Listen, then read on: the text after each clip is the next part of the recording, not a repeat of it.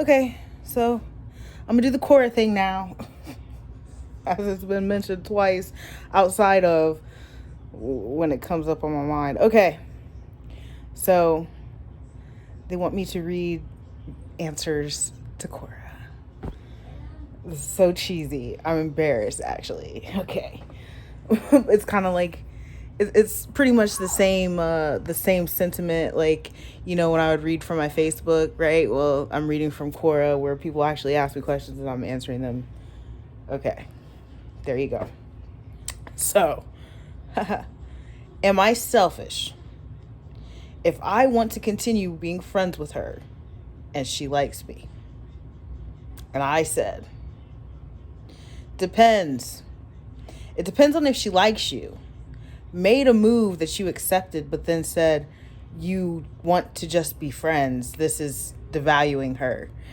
It depends on if she likes you and you rub every other person you're attracted to or intimate with in her face. This is humiliating her. It depends on if, because she likes you, she does everything you like and knows how to make you smile, and you indulge, but do not do anything in return. This is using her. If you're doing any of these things, you are in fact selfish, because a good friend would never do any of that. If you find that you are doing these things, either change or walk away. And this is important. The reason this is important is because this kind of like how emotional rape works, right? But not only that, we're trying to change the paradigm. And one of those things is that men seem to think that they cannot be friends with women.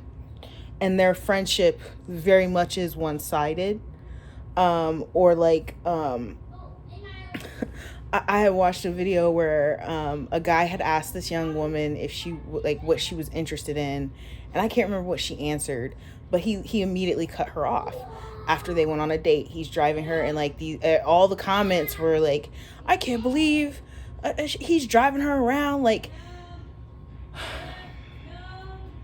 nobody complains about driving their male friend around, but the only way you can ride with your gal pal is if she's putting out. Like, this is why our relationships aren't working, because we're not actually building friendship with women. Most women are not going to get in the car with you if they don't like you, or like have some kind of goal. So, I'm constantly speaking to men about their healing process.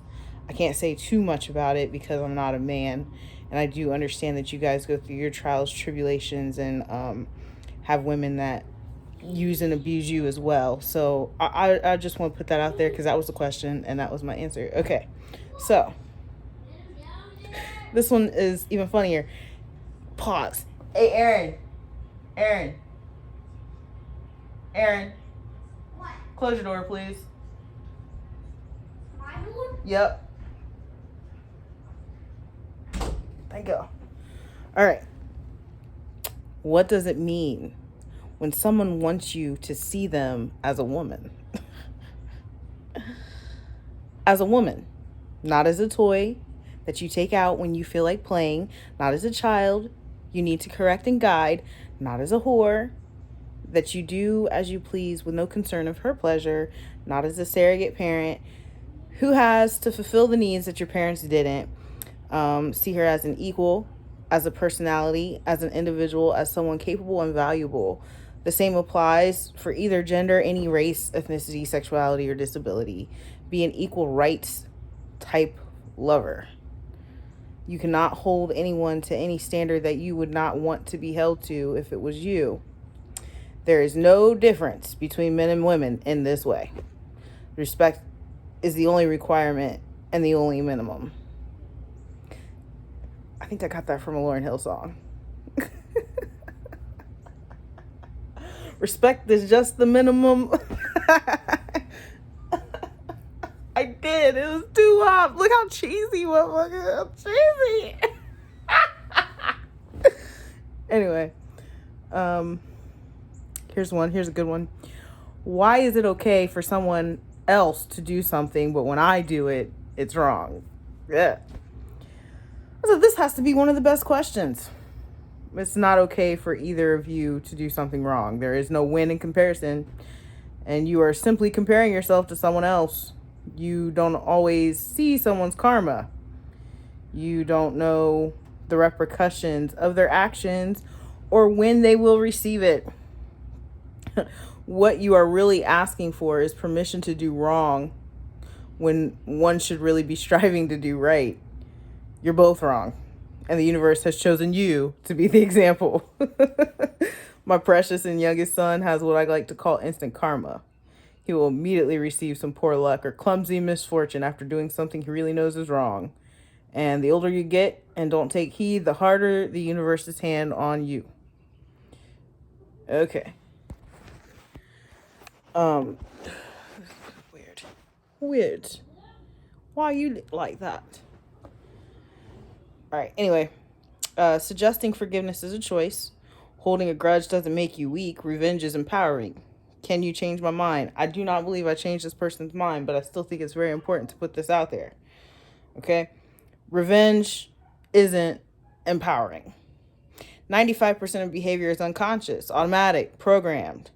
If someone has harmed you, you can bet 95% of the time it is not intentionally. The verse, forgive them, for they know not what they do, is scientific as fuck, right? Magic. But anyway, though they be doing harmful things, they are really not self-aware enough to realize they are doing it. But when you plan out a revengeful act, you are using your 5% of awareness to be unkind, to possibly cause a further chain reaction of negative energy. And you also run the risk of overdoing the revenge and looking like a complete asshole yourself. Especially if you find out the full details behind someone's ill behavior towards you. It can really cause you some grief. And also if you... if that person never did shit to you. And you're just like in on somebody's revenge plan. Come on, man. Anyway, both revenge and forgiveness are a choice. If you find empowerment in revenge, more power to you. Just know all that power is negative and will cost you down the line. Forgiveness costs nothing. Ever.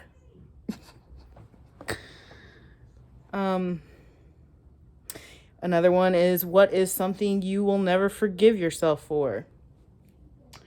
And I said, there's nothing that I can't forgive myself for, because I can type in any wrong that I have done in Google and find someone else that has done the same. And that just means I'm living my human experience to the best of my ability. The day, and I could probably say the day that I wouldn't be able to forgive myself is the day that I'm the first person to ever do it type shit. But I'm not. So, you know. Oh, there was a lot of forgiveness and revenge questions on Quora, so I'm going to answer another. This one says, do we have to take revenge on someone who betrays us? I made this sweet and short. I said, no. I'm not giving a long drawn out answer. We don't have to do anything. Like, you should drink water, but you don't gotta. Just know your piss is gonna be brown. Same with anything else. And I myself do not advise anyone to enact revenge. Might just get you caught up in BS of your own. I don't have a date on this. This is I can tell you it's 2021. Can you show yourself compassion when you do something wrong? I'm not saying if you hurt someone else, they don't deserve compassion. And my answer to this is, it's a requirement. Because if you can't uphold compassion for yourself, you are only going to extend criticism to your neighbor. And the golden rule is to treat others as yourself. So if you're treating yourself unkind for mistakes, you will not be able to extend understanding, compassion, and kindness to another. Okay? If you're treating yourself unkind for mistakes, you will not be able to extend understanding, compassion, and kindness to another. I hope that makes sense. So if you're unable to be kind to yourself, you can only do for yourself. You can't do anything for anybody else if you can't do it for yourself. So I mean, that's that whole love yourself. You know, you can't. It's actually like the opposite way. It's not really about anybody being able to love you. Damn, what the fuck's going on out there?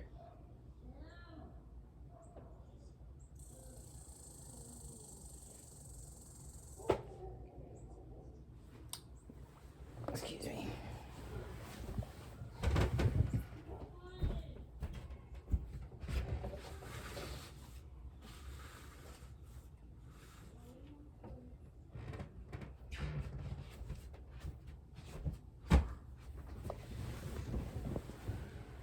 Okay.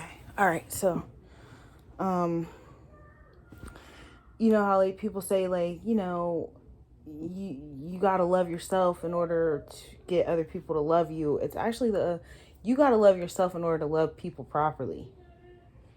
Okay, like that I think that's more accurate. But I've shown that because self love is self actualization, and all those other things come before it. But it requires you knowing how love works.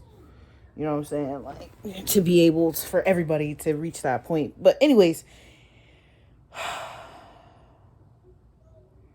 here's one. Is it bad to never help your neighbors or generally other people even though you can?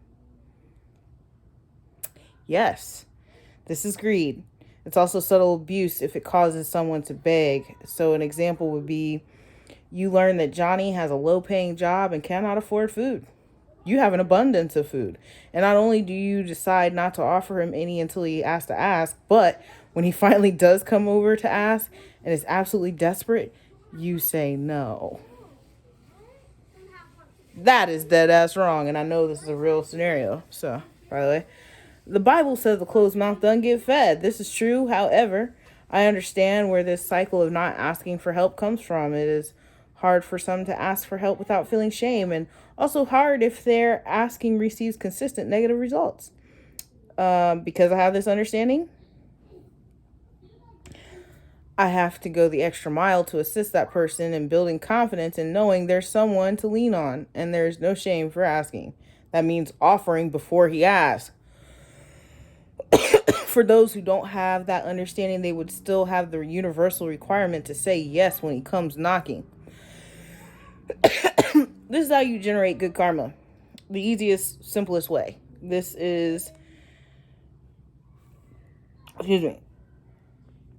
how I magically seem to get out of everything thrown at me. A lot of people actually see their hoarding of possessions and money as good karma, but that cushion of stability is often made in being self-centered, self-righteous, and greedy. When karma comes, they can effectively block it or get out of it by the cushion they created. This is why it looks like for some people, they get out of things when they do really bad things. An example would be Jeffrey Epstein. Many years doing a lot of harm, and for many of his victims, I'm sure they couldn't understand why he wasn't punished.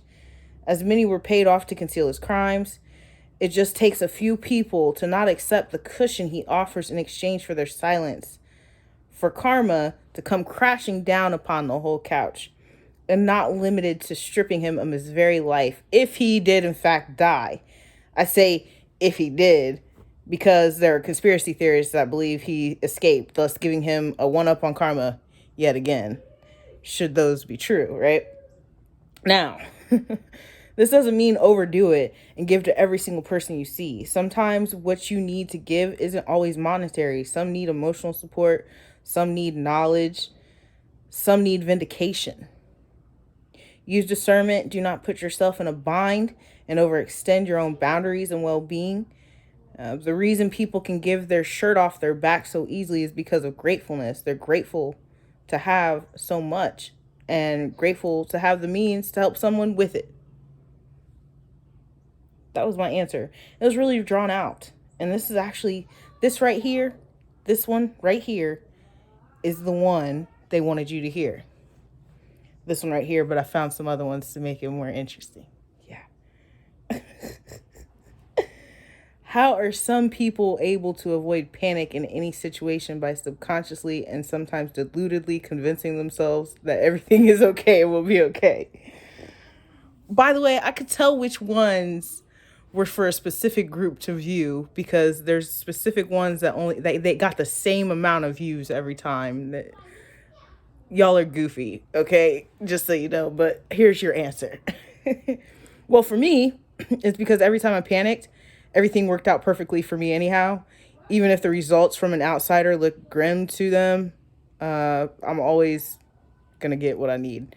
It's about what's needed in the present moment, not about what you want or about the opinions of others and what they think you should have or be doing.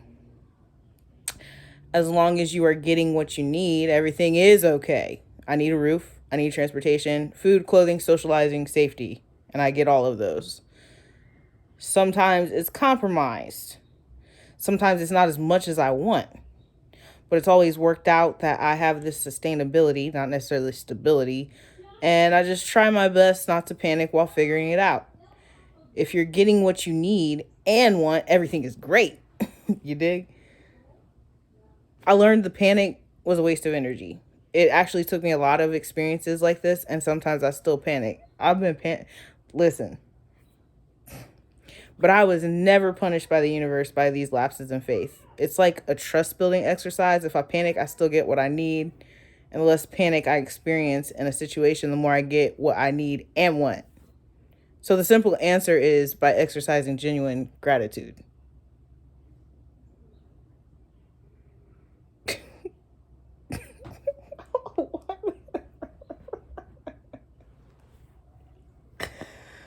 Oh my gosh. Okay. All right. How do you fully accept someone? Understanding what makes them tick. When you really function in a no judgment zone and when you understand more than your own perspective, it's hard not to be accepting of all people. I'm constantly viewed as a group hopper. I also have people that think I entertain low quality individuals because they are looking for physical attributes, behaviors, monetary, while paying no attention to the individual's soul, journey, or experiences. None of those physical realm things make a difference in the spiritual realm. Some of the most uncanny individuals are the sweetest, kindest beings. I'm not about to be depriving them of connection because of that. I learned a lot of these lessons about this in my youth, and I'll tell 2 stories. Okay. When I was in K5, there was a boy that I teased. I was a follower. You know, most 5-year-olds are. And the other kids were calling him retard and stupid, and I joined in. I was 5. I didn't know what the word meant, but everyone was having fun making him cry and playing with him. You know, it was frowned upon.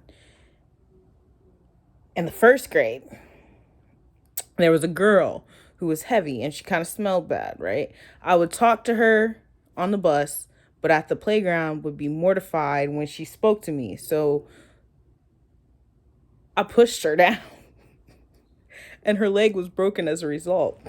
I felt really bad about that, but she didn't tell, and I didn't either. But in the 2nd grade, that same kid from K5 was held back.